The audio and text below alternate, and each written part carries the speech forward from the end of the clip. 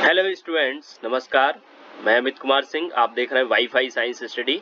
और अभी हम 10th का जो चैप्टर है आपका लाइफ प्रोसेस, उसको डिस्कस कर रहे थे। उसमें रेस्पिरेशन टॉपिक हम डिस्कस कर रहे थे। प्रीवियस वीडियो में हमने डिस्कस किया था कि what is respiration, what are the types of respiration और what are the difference between breathing and respiration. तो आज हम उसके आगे समझेंगे respiration in plants and animals. तो फर्स्ट हमारा अगला टॉपिक है रेस्पिरेशन इन प्लांट्स। तो रेस्पिरेशन इन प्लांट्स में देखेंगे क्या होता है कि प्लांट्स भी रेस्पिरेशन करते हैं, क्योंकि प्लांट की जो सेल्स होती हैं they are also living and they also required energy. तो वो भी जो है उनको भी एनर्जी की रिक्वायरमेंट होती है। तो एनर्जी जो है प्रोड्यूस करने के लिए क्या करती है, दे परफॉर्म रेस्पिरेशन। तो रेस्पिरेशन को वो परफॉर्म करती हैं। और for the respiration they also need oxygen. तो उनको भी ऑक्सीजन की जरूरत होती है। तो प्लांट की सेल्स भी जो है ऑक्सीजन लेती हैं, कार्बन डाइऑक्साइड प्रोड्यूस करती हैं ड्यूरिंग द रेस्पिरेशन। और रेस्पिरेशन जो है प्लांट की सारी जितनी भी लिविंग सेल्स हैं उनमें एवरी टाइम होता है। ओके, तो देखेंगे कि और प्लांट्स में क्या होता है, कोई भी रेस्पिरेटरी ऑर्गन नहीं होता है, कोई भी स्पेशल, जैसे हमारे अंदर रेस्पिरेटरी सिस्टम होता है उस तरीके का ऑर्गन सिस्टम प्लांट्स में नहीं होता है। ठीक है, प्लांट्स में जो अलग अलग पार्ट्स होते हैं, ठीक है, like as stem, like as roots, like as leaves, ठीक है, उनमें अलग अलग तरीके से रेस्पिरेशन होता है। तो उसको हम देखेंगे। Like animals, plants also need energy. The plants get this energy by the process of respiration. Plants also use oxygen air for respiration and release carbon dioxide, है ना। तो वो भी जो है ऑक्सीजन लेते हैं और कार्बन डाइऑक्साइड निकालते हैं। लेकिन प्लांट्स में जो रेस्पिरेशन होता है वो एनिमल से डिफरेंट होता है, डिफरेंट वे में होता है।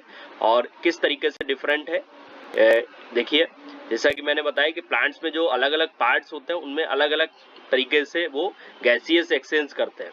जबकि एनिमल्स में क्या होता है कि यूनिट, एक सिंगल यूनिट की फॉर्म में रेस्पिरेशन होता है। एक स्पेशल ऑर्गन होता है और उसके थ्रू जो है ऑक्सीजन जो है वो सारी बॉडी सेल्स तक वो ट्रांसपोर्ट होती है। तो यहाँ पे एक यूनिट, ठीक है, animals perform respiration as a single unit, एक सिंगल यूनिट की फॉर्म में रेस्पिरेशन करते हैं। जबकि प्लांट्स में अलग अलग पार्ट्स जो है रेस्पिरेशन अलग अलग करते हैं। ठीक है, परफॉर्म रेस्पिरेशन इंडिविजुअली। ठीक है, प्लांट्स में क्या होता है, during respiration in plant there is a little transport of respiratory gases from one part to other part. तो रेस्पिरेशन के समय प्लांट्स में क्या होता है, ट्रांसपोर्टेशन नहीं होता, गैसियस ऑक्सीजन या कार्बन डाइऑक्साइड का जो ट्रांसपोर्टेशन होता है बहुत ही कम होता है। जबकि एनिमल्स पे मेनली क्या होता है कि ऑर्गन सिस्टम से जो ऑक्सीजन है वो बॉडी फ्लूइड तक जाती है और बॉडी फ्लूइड जो है वो ऑक्सीजन को ट्रांसपोर्ट करता है to all cells of the body. तो यहाँ पे रेस्पिरेटरी जो गैसेज होती हैं वो ट्रांसपोर्ट करती हैं। जैसे हमारी बॉडी में ब्लड जो है वो ऑक्सीजन को ट्रांसपोर्ट करता है टू ईच सेल और वहां से कार्बन डाइऑक्साइड को लेके आता है लंग्स तक, हमारे रेस्पिरेटरी ऑर्गन्स तक। ठीक है, तो यहाँ पे जो है ट्रांसपोर्टेशन होता है। Respiratory gases are usually transported over long distance inside an animal during respiration. देखिए, थर्ड है डिफरेंस कि रेस्पिरेशन जो प्लांट्स में होता है वो स्लो रेट में होता है। ठीक है, प्लांट्स जो है मूवमेंट नहीं होता है प्लांट्स में। और भी कई फंक्शंस हैं जो प्लांट्स में नहीं होते। तो प्लांट्स में जो है एनर्जी की जरूरत कम होती है, तो इसलिए वहां पे रेस्पिरेशन स्लो रेट में होता है। जबकि एनिमल्स मूवमेंट करते हैं। और भी बहुत सारे एनिमल्स की जो बॉडी है कॉम्प्लेक्स होती है और भी कई तरीके के फंक्शंस होते हैं तो एनिमल्स में, तो इसलिए वहां पे एनर्जी की ज्यादा जरूरत होती है। तो एनिमल्स में जो रेस्पिरेशन होता है वो फास्ट रेट में होता है। ओके, तो these are the difference between respiration in plants and animals. ठीक है, आपको समझ में आ गया होगा। अब देखेंगे हम लोग अगला टॉपिक कि प्लांट्स जो है ऑक्सीजन कैसे लेते हैं, bye the process of diffusion. तो प्लांट की जो सेल्स होती है वो डिफ्यूजन प्रोसेस से जो है ऑक्सीजन गेन करती है और कार्बन डाइऑक्साइड जो है डिफ्यूजन प्रोसेस से उसको निकालती है। ठीक है, तो इसको देखेंगे। प्लांट्स जो होते हैं have a branching shape. so they have a quite large surface area in comparison to their volume. Therefore, diffusion alone can supply all the cells of the plants with as much oxygen as the need for respiration. तो plants का जो surface area होता है वो ज़्यादा होता है, हर एक सेल जो है लगभग डायरेक्टली जो है एनवायरनमेंट से कांटेक्ट में होती है, तो वहाँ से वो ऑक्सीजन ले लेती है डिफ्यूज़न के थ्रू और जो कार्बन डाइऑक्साइड है उसको रिलीज कर देती है। ठीक है, तो इस तरीके से यहाँ पे डिफ्यूज़न प्रोसेस से प्लांट्स जो है गेट ऑक्सीजन और रिलीज कार्बन डाइऑक्साइड। तो डिफ्यूज़न प्रोसेस जो है प्लांट्स में, रूट्स में, स्टेम और लीव्स, ठीक है, इन तीनों में ही डिफ्यूज़न प्रोसेस होता है और डिफ्यूज़न के थ्रू ही गैसियस एक्सचेंज होता है। तो देखेंगे रूट्स में, तो रेस्पिरेशन इन रूट्स, जैसा कि हम जानते हैं रूट्स कहाँ सॉइल में होती है, तो सॉइल जो पार्टिकल्स होती है उस सॉइल पार्टिकल्स के बीच में थोड़ा बहुत एयर होती है, तो उस एयर में जो ऑक्सीजन होती है उसका यूज करती हैं जो रूट की जो सेल्स होती हैं और उसका यूज करके वो रेस्पिरेशन करती है ना, और जो कार्बन डाइऑक्साइड होती है उसको सॉइल में रिलीज करती है। तो एयर जो होती है occurs in the soil interspaces, root hairs of the roots are in direct contact with them, है ना। तो क्या होता है कि रूट एयर की जो सेल्स होती है वो डायरेक्ट कांटेक्ट में होती है जो सॉइल पार्टिकल्स के बीच एयर है और उससे वो ऑक्सीजन लेती हैं और उस ऑक्सीजन को जो है बाकी सेल्स तक भी पहुंचाने का काम करती है, जो रूट्स की बाकी सेल्स होती हैं उनको भी पहुंचाती हैं और वहाँ पे उस ऑक्सीजन से जो है रेस्पिरेशन होता है रूट की लिविंग सेल्स में। ठीक है, oxygen of the soil air spaces through root hairs and reaches all internal cells of the root for respiration.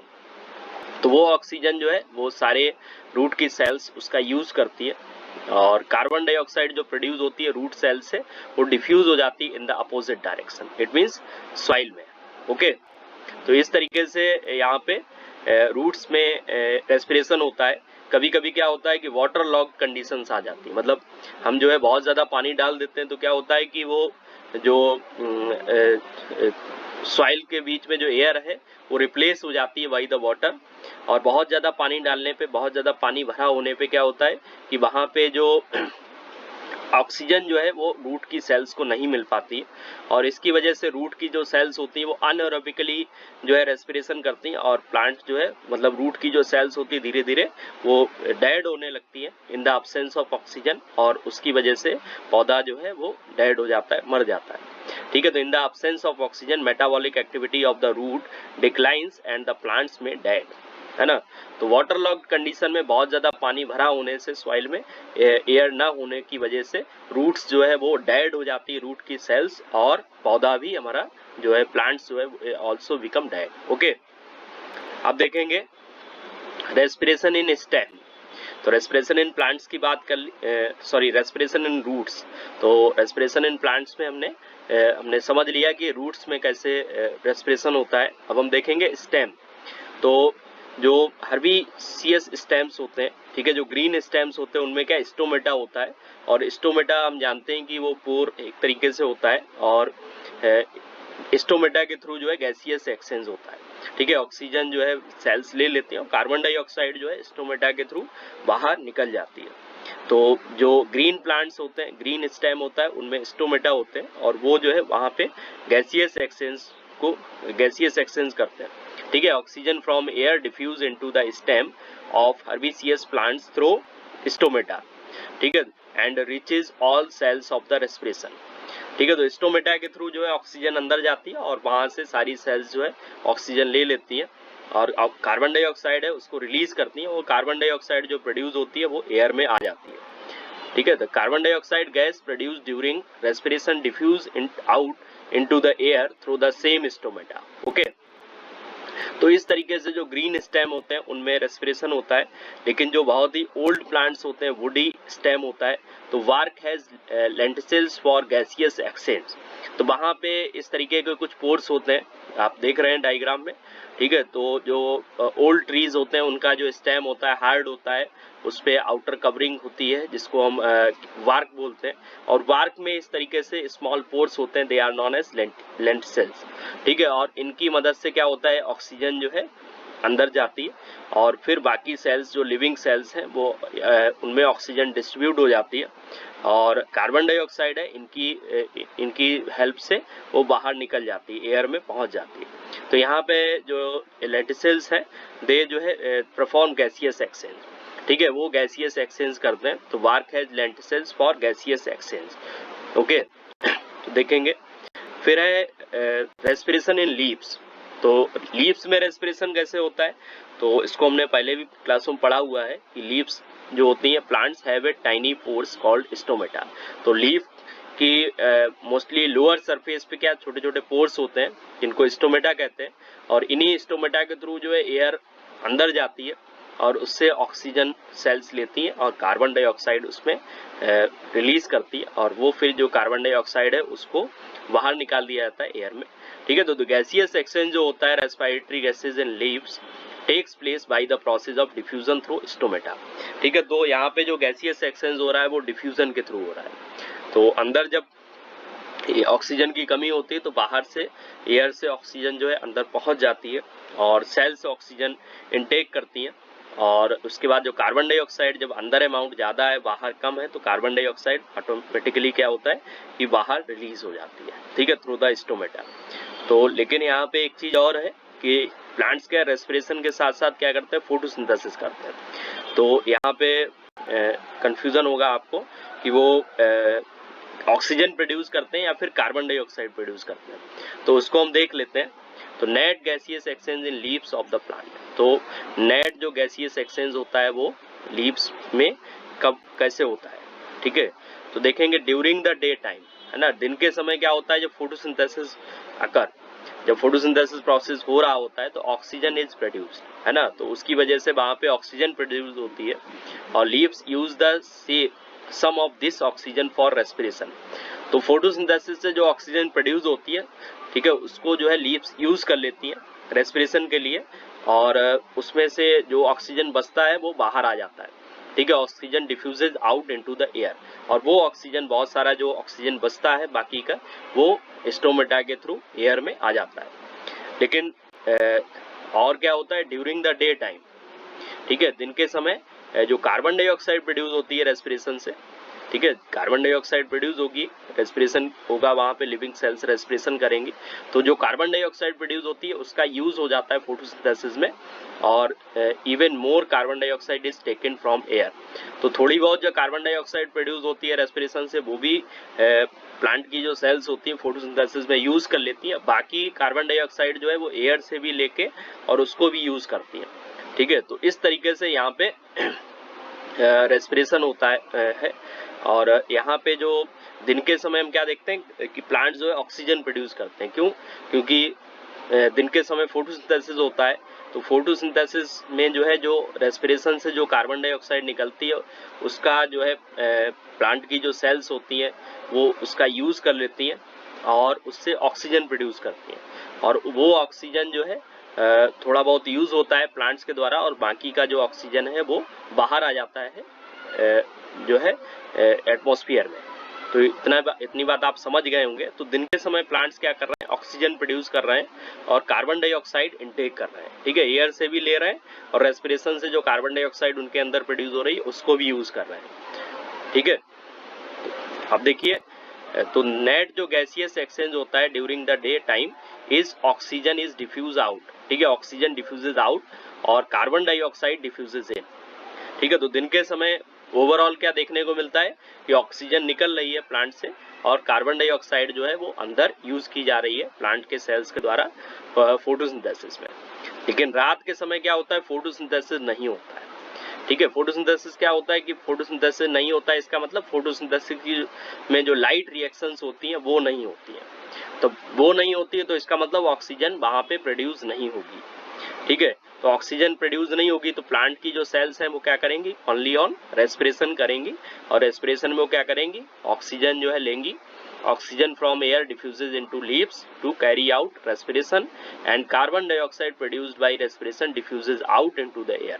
तो रात के समय वो जो है सेल्स ऑक्सीजन इनटेक करेंगी, ठीक है, डिफ्यूजेज जो है डिफ्यूज होगी लीव्स में ऑक्सीजन और उसका यूज करके लीव्स कार्बन डाइऑक्साइड जो प्रोड्यूस करेंगी वो बाहर आएगी। तो मोस्टली क्या देखने को मिलता है, during the night plants produce carbon dioxide. Plants जो है कार्बन डाइऑक्साइड प्रोड्यूस करते हैं और ऑक्सीजन जो है यूज करते हैं। It's clear? तो मुझे लगता है आप लोगों को समझ में आ रहा होगा। ठीक है, आगे वैसे तो सिंपल टॉपिक है जी। तो नेट गैसियस एक्सचेंज जो होता है ड्यूरिंग द नाइट वो क्या है, ऑक्सीजन जो है डिफ्यूजेज इन और कार्बन डाइऑक्साइड डिफ्यूजेज आउट। अब हम देखेंगे आगे। तो ये देखिए यहाँ पे लीव्स में आप देख रहे हैं ड्यूरिंग द डे। ठीक है, दिन के समय क्या हो रहा है कि कार्बन डाइऑक्साइड जो है इनटेक कर रहे हैं प्लांट्स की जो लीव्स हैं। लीव्स में क्या होता है कि प्लांट की जो सेल्स होती है, जो लीफ की जो सेल्स होती है वहां पे क्लोरोप्लास्ट होता है। क्लोरोप्लास्ट जो है वो फोटोसिंथेसिस करता है। तो फोटोसिंथेसिस हो रहा है तो जो लिविंग सेल्स हैं लीफ की वो रेस्पिरेशन भी कर रहे हैं। तो रेस्पिरेशन से जो कार्बन डाइऑक्साइड निकल रहा है उसको भी प्लांट की सेल यूज कर रही हैं और इसके साथ साथ और जो है कार्बन डाइऑक्साइड एटमॉस्फेयर से भी ले रही हैं और बड़ी मात्रा में कार्बन डाइऑक्साइड को यूज करके और फोटोसिंथेसिस के द्वारा जो है ऑक्सीजन प्रोड्यूस हो रही है। तो ऑक्सीजन जो है वो ज्यादा प्रोड्यूस करती है, तो इसलिए ऑक्सीजन जो है वो स्टोमेटा के थ्रू बाहर आ जाती है, एटमॉस्फेयर में आ जाती है। ठीक है, लेकिन रात के समय फोटोसिंथेसिस प्रोसेस नहीं होता है तो प्लांट की सेल्स रेस्पिरेशन तो एवरी टाइम करती है, तो इसलिए वो ऑक्सीजन यूज करती है। ठीक है, ड्यूरिंग द नाइट और कार्बन डाइऑक्साइड जो है प्रोड्यूस करती है और वो कार्बन डाइऑक्साइड जो है वो एटमॉस्फेयर में आती है ना। और इसके साथ साथ ट्रांसपिरेशन भी होता है और प्लांट्स में। ठीक है, प्लांट ट्रांसपिरेशन मतलब the loss of water in the form of water vapours by aerial parts of the plant. तो प्लांट्स में जो है ट्रांसपिरेशन होता रहता है और उसके द्वारा जो है उनकी सेल से वाटर वेपर्स जो है वाटर जो है लूज होता है in the form of water vapours और वो वाटर वेपर्स जो है स्टोमेटा के द्वारा बाहर एटमॉस्फेयर में आती रहती है। इतनी बात आ गई होगी आपको समझ में। देखिए आगे हम देखते हैं।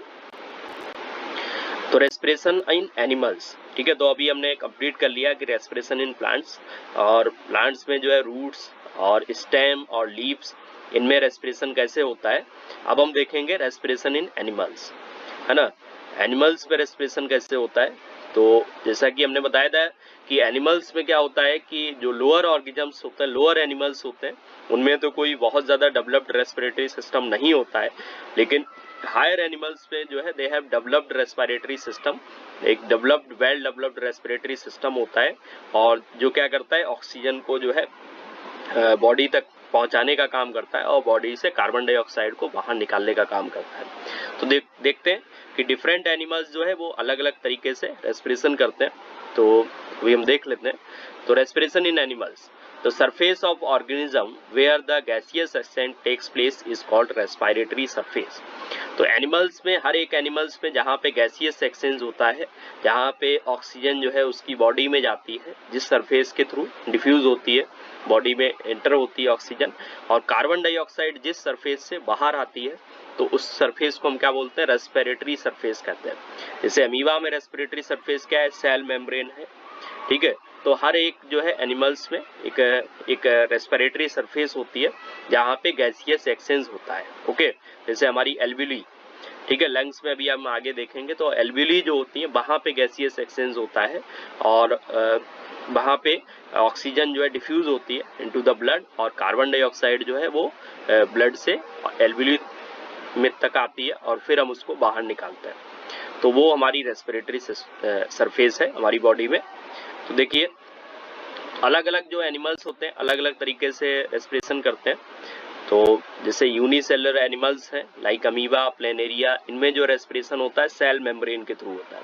ठीक है, सेल मेम्ब्रेन जो है यहाँ पे रेस्पिरेटरी सरफेस का काम करती है और इसके थ्रू जो है ऑक्सीजन उसकी सेल्स पे पहुंचती है और उसकी सेल्स से कार्बन डाइऑक्साइड बाहर निकलती है।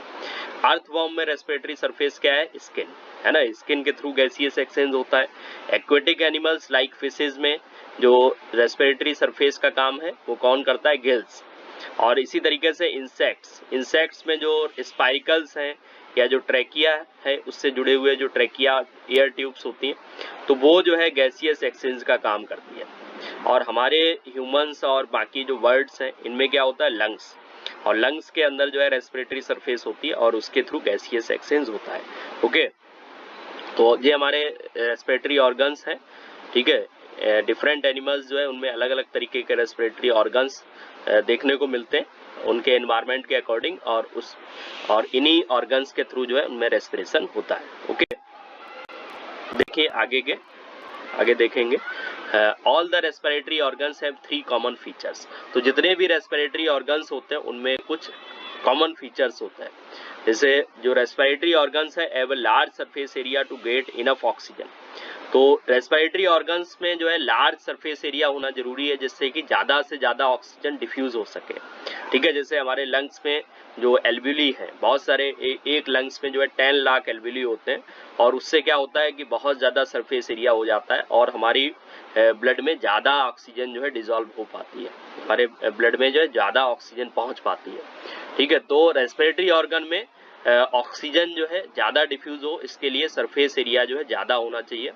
दूसरा क्या है कि all respiratory organs have thin walls for the easy diffusion and gaseous exchange of respiratory gases. तो रेस्पिरेटरी ऑर्गन्स जो है ना, उनकी जो वॉल है वो बहुत ही थिन होनी चाहिए, पतली होनी चाहिए, जिससे कि डिफ्यूजन आसानी से हो सके, है ना। जैसे अमीबा में सेल मेम्ब्रेन जो है बहुत पतली होती है, या जो अर्थवॉर्म होता है उसकी जो स्किन है बहुत ही थिन होती है, मॉइस्ट होती है, जिससे कि ज्यादा से ज्यादा ऑक्सीजन जो है ब्लड तक पहुंच सके। तो इसलिए वहां पे बहुत ही थिन वॉल्स जो है होनी चाहिए, जिससे कि गैसियस एक्सचेंज इजिली हो सके। अगला क्या फीचर होना चाहिए कि all respiratory organs like skin, gills, lungs have rich blood supply for transporting respiratory gases. तो क्या होना चाहिए कि रेस्पिरेटरी ऑर्गन्स जो है उनमें ज्यादा जो है ब्लड वेसल्स होनी चाहिए, जिससे कि ज्यादा ब्लड वेसल्स होंगी तो फिर ज्यादा ऑक्सीजन जो है ब्लड तक पहुंचेगी और ज्यादा ऑक्सीजन ट्रांसपोर्ट होगी। तो रेस्पिरेटरी ऑर्गन्स जो है जो भी है वो रिच सप्लाई होना चाहिए ब्लड का, ठीक है, और जिससे कि ज्यादा से ज्यादा ब्लड तक ऑक्सीजन जो है पहुंच पाए। ओके, इसके बाद देखेंगे अगला है there should be provision for carrying oxygen for respiratory surface and carrying away carbon dioxide from the respiratory surface. तो एक प्रोविजन, एक मेथड होना चाहिए जिससे कि ऑक्सीजन जो है हर एक बॉडी सेल्स तक ट्रांसपोर्ट हो पाए। जैसे हमारे अंदर जो बॉडी फ्लूइड्स हैं, ब्लड है, वो जो है ऑक्सीजन को हर एक सेल्स तक ट्रांसपोर्ट करता है और वहां से कार्बन डाइऑक्साइड जो है वो रेस्पिरेटरी जो सरफेस है वहां तक उसको लेके आता है कार्बन डाइऑक्साइड को।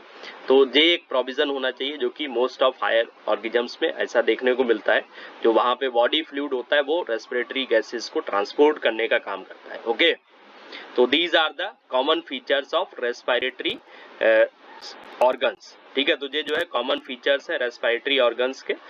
तो आपको अभी 4 पॉइंट इसमें बताए मैंने, ठीक है, आपको समझ में आए होंगे। बाकी आप जो है नोट्स मैंने यहाँ पे दिए हुए हैं साथ में, आप इनको जो है मेन पॉइंट नोट भी कर सकते हैं साथ में।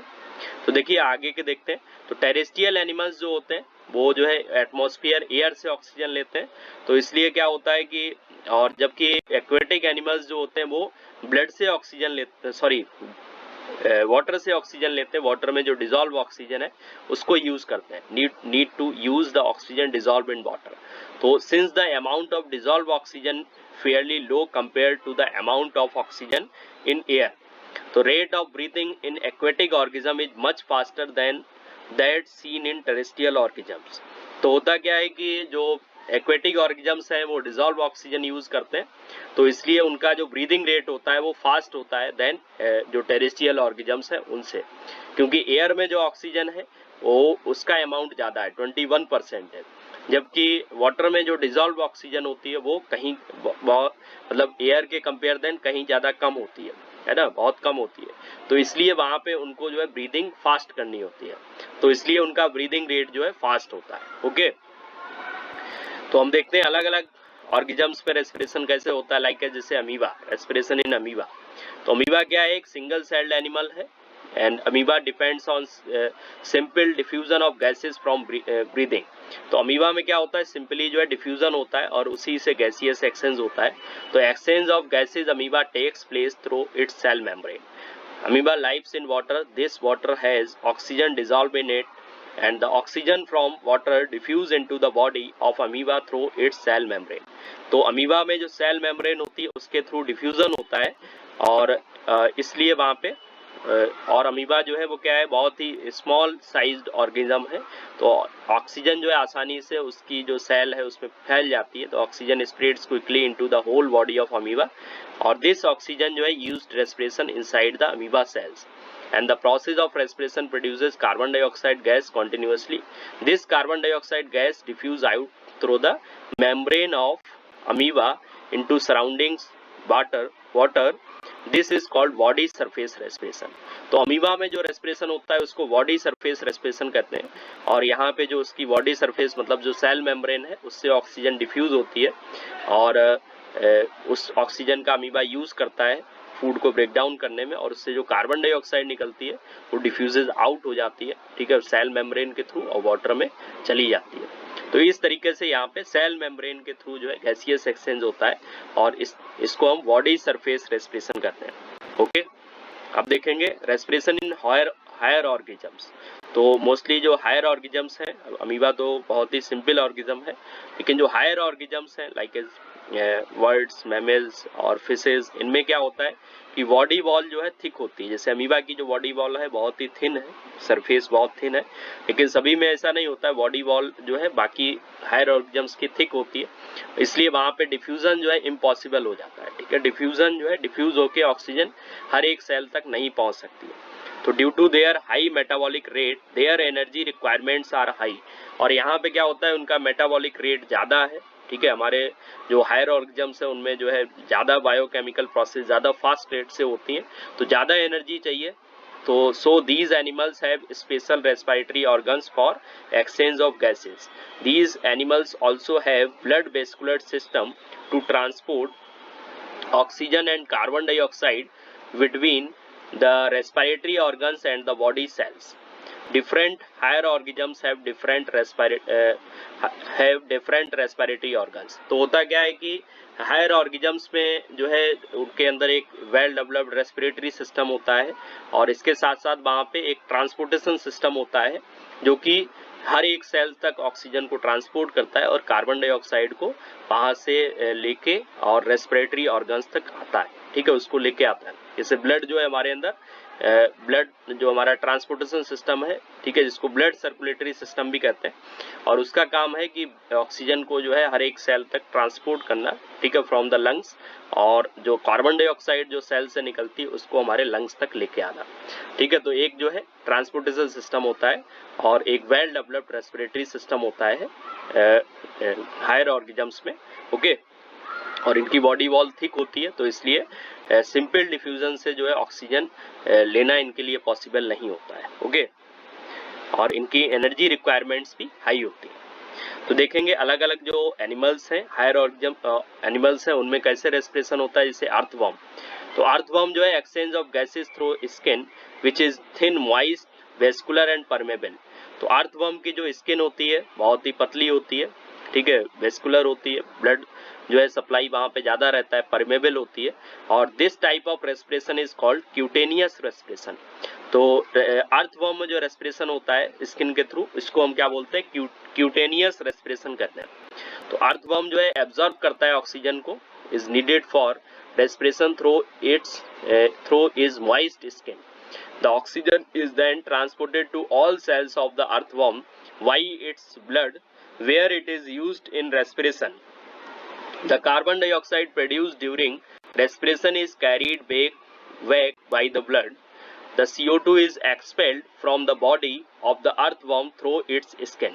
तो इसमें जो moist skin होती है, ठीक है, परमेबल होती है और वेस्कुलर होती है, तो इसलिए क्या होता है कि जो स्किन के थ्रू ही ऑक्सीजन जो है वो डिफ्यूजेज हो जाती है ना, पहुंच जाती है ब्लड में, और जो कार्बन डाइऑक्साइड है ऑक्सीजन को फिर जो है सप्लाई किया जाता है ब्लड के थ्रू सारी सेल्स में बॉडी की, और जो कार्बन डाइऑक्साइड है वो स्किन के थ्रू, ठीक है, सिंपल डिफ्यूजन प्रोसेस से जो कार्बन डाइऑक्साइड है वो डिफ्यूज आउट हो जाती है, ठीक है, फ्रॉम द स्किन, तो बाहर निकल जाती है। तो इस तरीके से यहाँ पे अर्थवर्म में जो है स्किन के थ्रू रेस्पिरेशन होता है, और इसको हम क्यूटेनियस रेस्पिरेशन कहते हैं। अब हम देखेंगे आगे रेस्पिरेशन इन फिशेस, ठीक है। फिश में जो रेस्पिरेशन होता है, फिशेज में जो है स्पेशल ऑर्गन्स होते हैं for breathing are called gills कहते हैं। Fishes has gills on both the sides of its head. This is called branchial respiration. ठीक है, तो फिशेज में जो है गिल्स के थ्रू रेस्पिरेशन होता है और इसको हम ब्रांचियल रेस्पिरेशन कहते हैं. तो फिशेज जैसा कि हम जानते हैं वाटर में रहती हैं तो वो डिजॉल्व ऑक्सीजन यूज करती हैं. ठीक है, the fishes breathe by taking in water through its mouth and sending over the gills. तो फिशेज में क्या होता है कि गिल्स जो है आप देखेंगे उनका जो हेड होता है दोनों तरफ गिल्स होती हैं, तो वो माउथ से वाटर लेती हैं और उसके बाद गिल्स से उसको पास करती हैं. तो जब वाटर जो है गिल्स से पास होता है, ठीक है, and extract dissolve oxygen from this water. तो यहाँ पे देखेंगे डायग्राम से समझ लेते हैं. यहाँ पे तो गिल्स जो होता है ना, इनसे जब वाटर पास होता है गिल्स जो है कवर्ड होती है. ठीक है, वही कवरिंग, इसको ओपरकुलम बोलते हैं या गिल्स कवर बोलते हैं. तो जब वाटर जो है गिल्स के थ्रू फ्लो होता है, यहाँ पे गिल आर्च होता है जहाँ पे सारी जो है जुड़ी हुई होती है गिल फिलामेंट्स. और जो गिल फिलामेंट्स जो है ना, उसके एक गिल फिलामेंट के अंदर कई गिल लैमेली होती हैं इस तरीके की.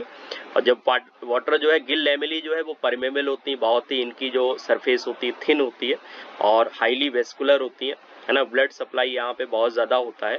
तो जब यहाँ से जो लेमिला होते हैं इनसे जब वाटर पास होता है तो ऑक्सीजन जो है वो जो डिजॉल्व ऑक्सीजन है वाटर में की वो पहुँच जाती है ब्लड में और कार्बन डाइऑक्साइड ब्लड से वाटर में चली जाती है. ठीक है, बाई द डिफ्यूजन के थ्रू, और फिर जो है वाटर गिल से बाहर आ जाता है. तो इस तरीके से यहाँ पे गैसियस एक्सचेंज होता है बाई द गिल्स. ठीक है, गिल्स के थ्रू.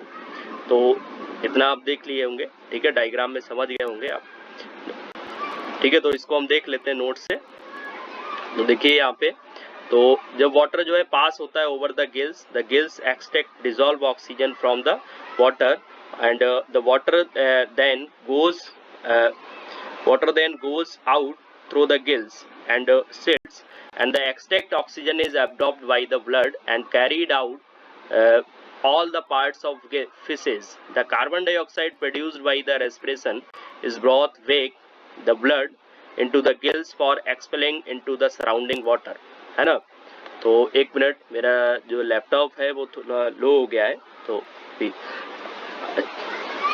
देखेंगे. चलो कोई नहीं. देखिए, तो डिफ्यूजन जो है वो एक मतलब इनसफिशियंट है यहाँ पे टू मीट ऑक्सीजन रिक्वायरमेंट. ठीक है, तो यहाँ पे फिशेज के अंदर जो है इस तरीके से डिफ्यूजन प्रोसेस से ही ऑक्सीजन लेती हैं गिल्स के थ्रू वो, और कार्बन डाइऑक्साइड जो प्रोड्यूस होती है उसको बाहर वाटर में निकालती हैं. लेकिन जो लार्ज मल्टी सेलुलर ऑर्गेनिजम्स है जैसे ह्यूमंस हैं और जो ये और भी बर्ड्स हैं, ठीक है, इनमें मेटाबॉलिक रेट ज़्यादा होता है तो सिंपल डिफ्यूजन से इस तरीके से वो ऑक्सीजन सभी सेल्स नहीं ले सकती है. तो इनमें क्या होता है कि हमारे अंदर जो है ह्यूमंस की बॉडी में जो है लंग्स होते हैं. ठीक है, देखेंगे.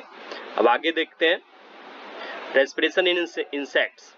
तो इंसेक्ट्स में जो रेस्पिरेशन होता है उनमें क्या होता है, कुछ पोर्स होते हैं. ठीक है, और जो एयर ट्यूब से कनेक्टेड होते हैं और इस तरीके से जो है स्पाइरिकल्स. ठीक है, इनकी बॉडी सरफेस पे जो पोर्स होते हैं उनको स्पाइरिकल्स कहते हैं.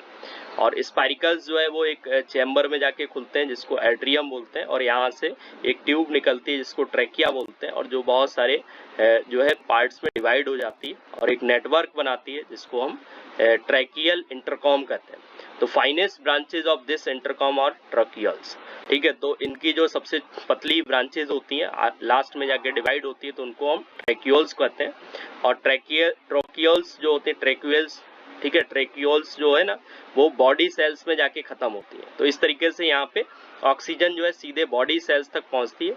ठीक है, यहाँ पे ब्लड की या बाकी जो फ्लूइड होता है बॉडी फ्लूइड उसकी जरूरत नहीं होती है, उसका कोई भी रोल नहीं होता है. और इस तरीके का जो रेस्पिरेशन है उसको ट्रैकियल रेस्पिरेशन कहते हैं. जैसे आप देखेंगे स्पाइरिकल्स, ठीक है, इससे ऑक्सीजन डिफ्यूज होगी. ट्रैकिया बहुत सारे छोटे छोटे ट्यूब्स में जाके डिवाइड होता है. ठीक है, लास्ट में वो ट्रैक्यूल्स पे जो है वो बहुत ही पतली जो थिन ट्यूब्स होती हैं और वो जाके जो है बॉडी सेल्स पे खत्म होती हैं. ठीक है, और इस तरीके से ऑक्सीजन जो है सीधे पहुंच जाती है बॉडी सेल्स तक और कार्बन डाइऑक्साइड जो है वहां से निकल के और स्पाइरिकल्स के थ्रू वो एयर में पहुंचती है. ठीक है, तो इस तरीके से यहाँ पे रेस्पिरेशन होता है. लंग्स रेस्पिरेशन, तो अभी हम इसको डिटेल में आगे पढ़ेंगे. जितने भी रेप्टाइल्स हैं, बर्ड्स हैं और ह्यूमंस हैं, इनमें क्या होता है, लंग्स होते हैं और लंग्स के थ्रू जो है गैसियस एक्सचेंज होता है तो it is known as pulmonary respiration, इसको हम पल्मोनरी रेस्पिरेशन भी कहते हैं। तो थैंक्स फॉर वॉचिंग, और इसी तरीके से आप लोग साथ बने रहिए, चैनल को सब्सक्राइब करिए, लाइक करिए और वीडियो को शेयर करिए। ठीक है, कोई भी वीडियो में कोई प्रॉब्लम है तो उसको फीडबैक दीजिए, जिससे कि मैं कमेंट सेक्शन में, जिससे कि मैं उसको इम्प्रूव कर पाऊँ। Okay, thank you.